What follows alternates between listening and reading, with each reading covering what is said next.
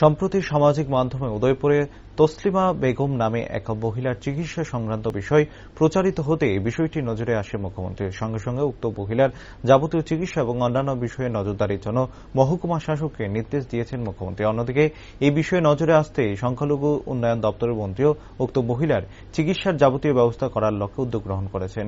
সেই বিষয়ে পরিদর্শন করতে এদিন উক্ত তসলিমা বেগমের বাড়িতে যান ত্রিপুরা ওয়াকফ বোর্ডের চেয়ারম্যান শাহ আলম সহ অন্যান্যরা। তার এই দিন উক্ত মহিলা তসলিমা বেগমের সহ উনার পরিবারের সাথে আলোচনা করেন এবং আগামী দিনে সরকারিভাবে কিভাবে সাহায্য প্রদান করা যায় সেই বিষয় নিয়ে আলোকপাত করেন।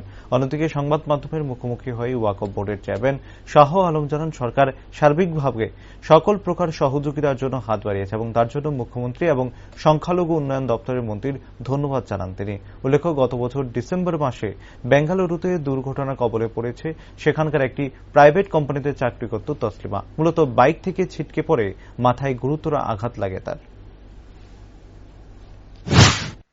তসলিমা বাড়ি মির্জা গুবতী জেলা।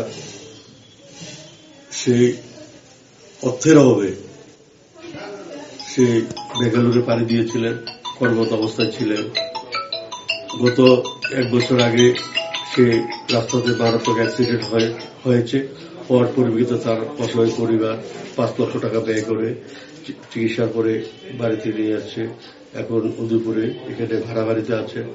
কালকে সোশ্যাল মিডিয়া দেখার পরে আমাদের রাজ্যের সংখ্যালঘু উন্নয়ন দপ্তরের মন্ত্রী আমাকে কালকে রাত্রেবেলা ফোন করেছে যে এই ঘটনা সহযোগিতা দেখার জন্য, সহায়তার হাত বাড়ানোর জন্য।